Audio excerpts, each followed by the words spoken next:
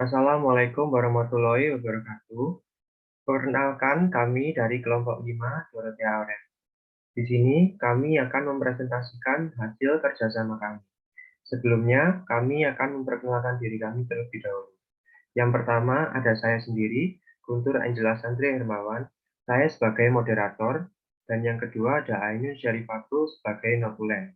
Nur Diana Kamelia, Setio Yulianita, Safira Rizka Maulida, Kirana Ayu Nurita, Yufi Dwi Fitria, Laila Ainun, Saida Nafisa, Dila Safira sebagai pemateri. Next.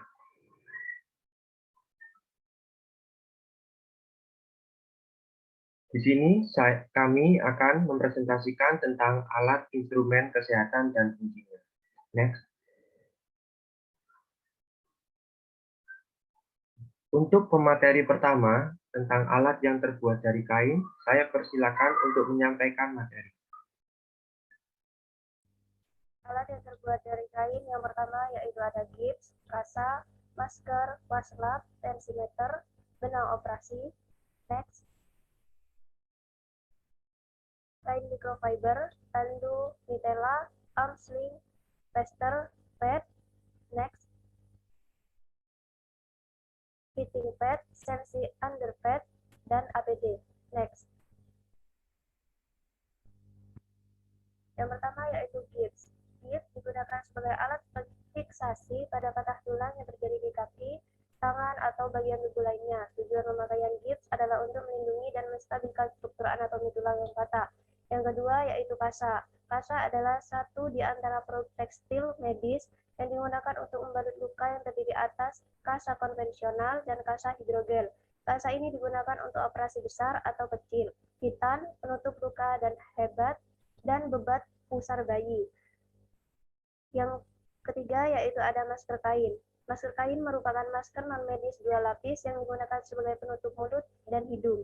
Fungsi utama masker adalah menghalangi cairan atau partikel udara keluar dari pemakaiannya saat ia berbicara, batuk, atau bersin. Yang keempat ada waslap. Waslap adalah serbet atau fungsi dari waslap untuk menyeka atau membersihkan tangan, muka, dan sebagainya. Fungsinya adalah untuk suatu tindakan membersihkan seluruh bagian tubuh pasien dengan posisi berbaring di tempat tidur dengan menggunakan air bersih, sabun, atau larutan antiseptik. Kelima, yaitu tensimeter atau yang lebih tepatnya disebut sphygmomanometer, merupakan alat kesehatan yang digunakan untuk mengukur tekanan darah, berfungsi untuk mempermudah kita mengetahui berapa tekanan darah kita. Yang keenam ada benang operasi. Adalah materi berbentuk benang yang berfungsi untuk ligasi atau mengikat pembuluh darah ataupun mengikat atau menyatukan jaringan. Ketujuh, ada kain microfiber adalah kain yang berserat yang diproduksi secara sangat halus, berfungsi untuk membersihkan atau mengeringkan alat-alat kesehatan yang berbahan kaca. Yang kedelapan adalah tandu. Tandu merupakan alat yang digunakan untuk mengevakuasi seseorang yang mengalami kecelakaan atau korban bencana terluka ke tempat yang layak untuk mendapat perawatan. Tandu ini sendiri berfungsi untuk memudahkan penolong dalam mengevakuasi korban, memberikan rasa aman dan nyaman pada korban ketika evakuasi berlangsung.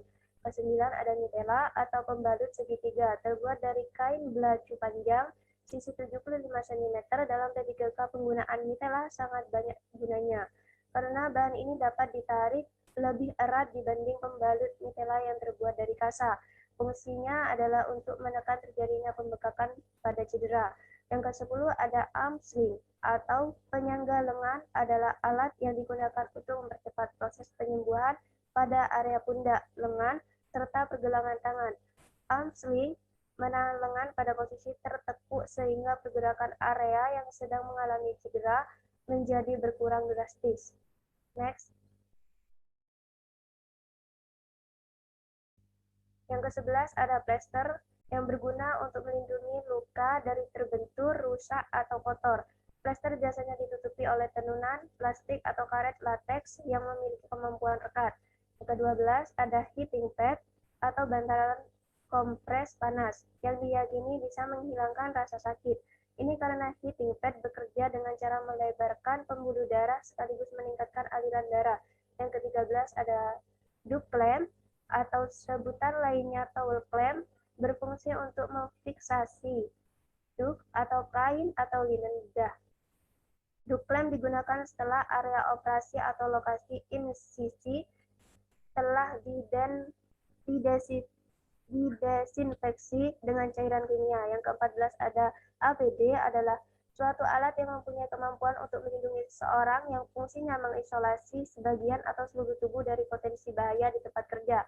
Yang terakhir ada sensi underpad, merupakan alas yang dapat menyerap dan menahan cairan dengan cepat dan mudah. Underpad biasa digunakan untuk orang yang mengalami masalah dalam mengontrol berkemih sehingga tidak mengotori matras atau kasur. Untuk pemateri kedua tentang alat yang terbuat dari plastik, saya persilakan. Baik, saya mulai. Di sini ada nasal kanula, hot water bottle, ambu bag, glukometer, termometer, polycatheter. Next. Ada alat infus, persputum, pinset plastik, urin bag, masker oksigen, blue bag. Next. Ada squid, pispot, bulut lancet. Next. Yang pertama di sini ada nasal kanula, yaitu alat ini hanya bisa memberikan oksigen dengan konsentrasi oksigen antara 20%, 40%, berfungsi untuk membantu pernapasan dengan diletakkan pada hidung. Dan selanjutnya ada hot water bottle, yaitu merupakan alat kompres berisi air panas, dilengkapi dengan menutup untuk digunakan di tempat tidur atau di bagian tubuh sebagai penghangat. Dan selanjutnya ada ambu bag, yaitu merupakan pompa udara yang dioperasikan dengan cara menekan kantong berisi udara. Dan selanjutnya ada glukometer, yaitu merupakan monitor kadar gula darah untuk mengetahui apakah Anda sudah mencapai target tertentu.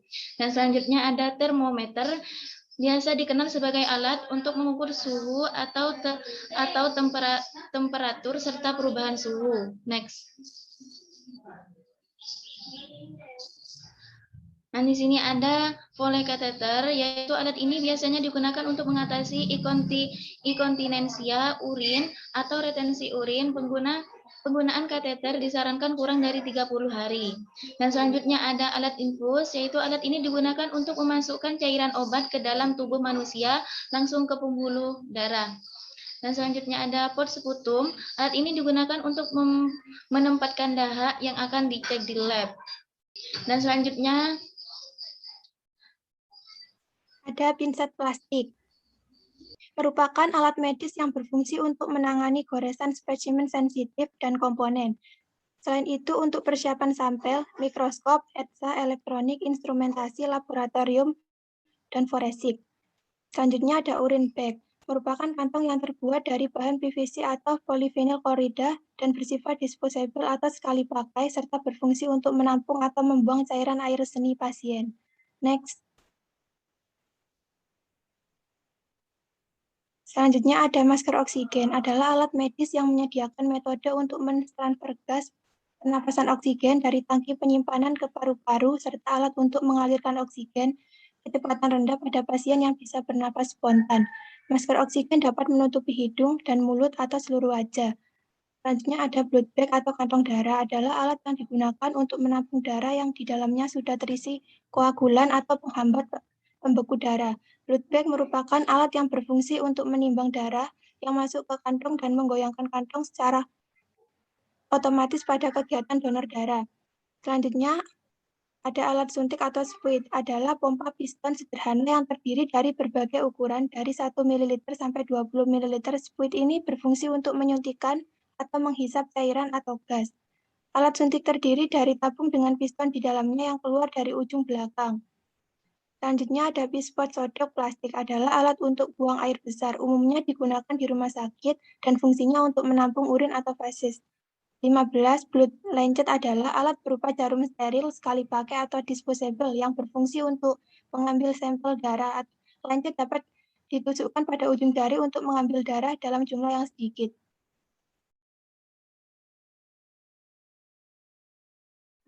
Baik, untuk pemateri yang ketiga, alat yang terbuat dari stainless saya persilahkan. Baik, di sini saya akan menjelaskan fungsi dan menyebutkan alat yang terbuat dari stainless. Yang pertama ada bengkok, korentang, bak instrumen, kom, baskom stainless, dan pinset anatomis. Next.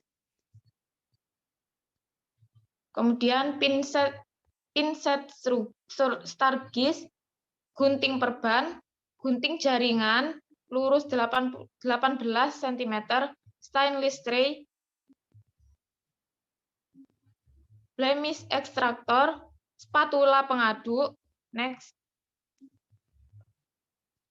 plater oval, digital scales, kemudian gunting bedah.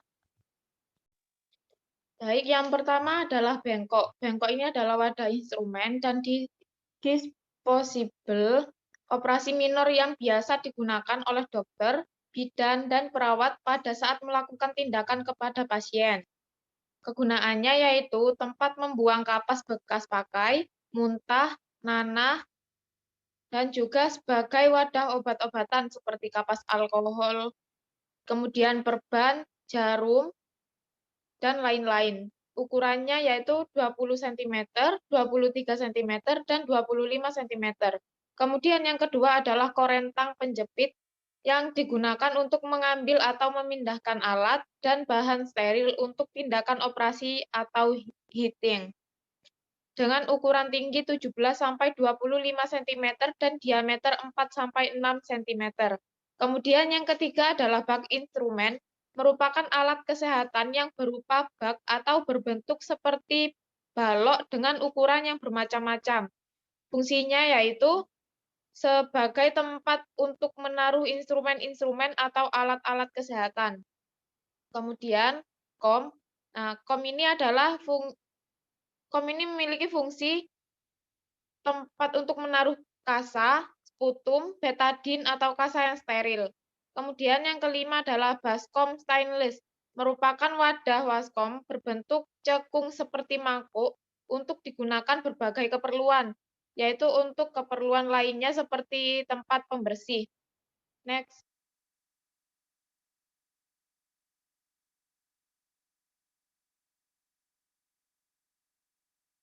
Kemudian pinset anatomis. Pinset dengan gigi anatomi, yaitu memiliki fungsi untuk penjepit jaringan dalam proses operasi digunakan untuk memegang jaringan, alat, dan bahan medis. Kemudian yang ketujuh, pinset chirurgis. Pinset bergigi memiliki fungsi untuk memegang jaringan saat menjahit, seperti pada jaringan subkutis, otot, serta faskia. Kemudian gunting perban. Gunting perban ini berujung sudut dengan ujung yang tumpul, memiliki fungsi untuk menggunting kasa. Kemudian yang ke-9 adalah gunting jaringan. Nah, gunting medis ini memiliki fungsi yaitu untuk memotong jaringan-jaringan tubuh. Kemudian yang ke-10 adalah stainless tray, bak instrumen tanpa tutup, yang itu memiliki fungsi sebagai tempat untuk menaruh instrumen-instrumen atau alat-alat kesehatan gunting anatomis, pinset, jarum suntik yang belum disterilkan atau yang sudah digunakan.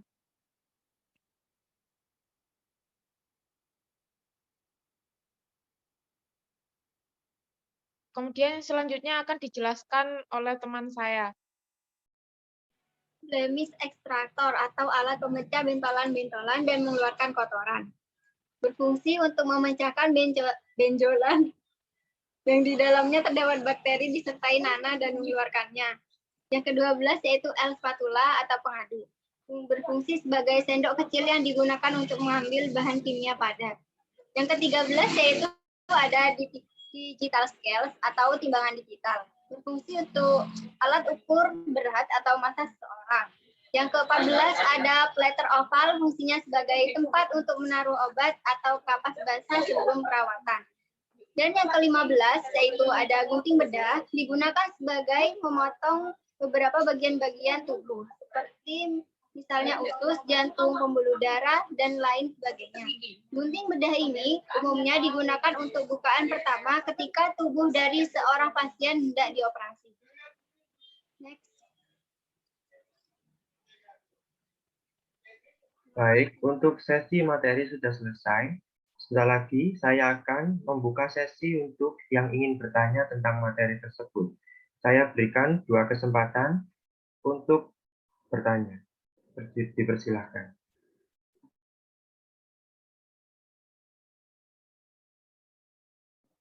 Baik, untuk Mbak Nurdiana Kamelia, bisa bertanya terlebih dahulu.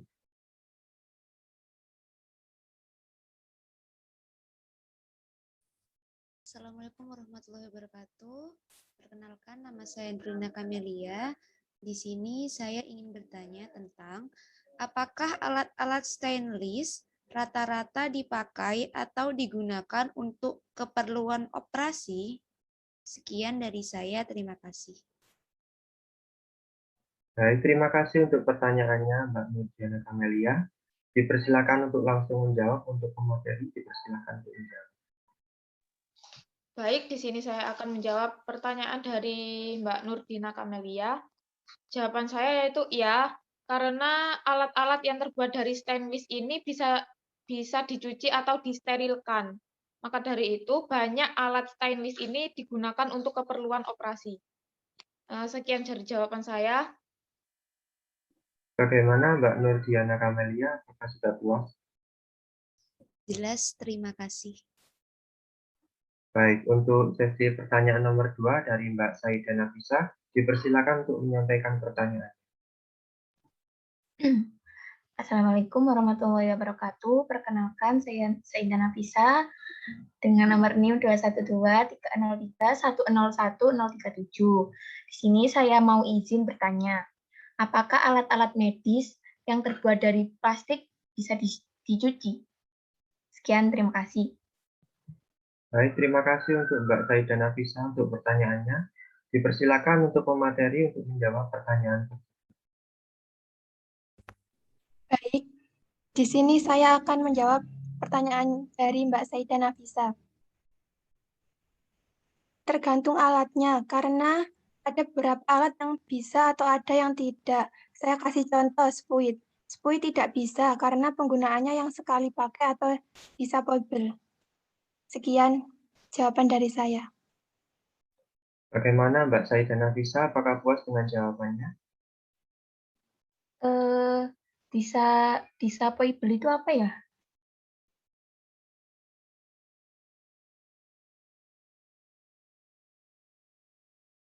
Bisa dijawab untuk pemateri.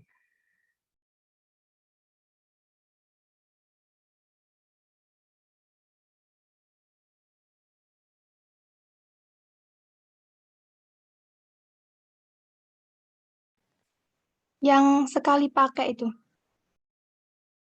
Bagaimana Mbak Saida Nafisa?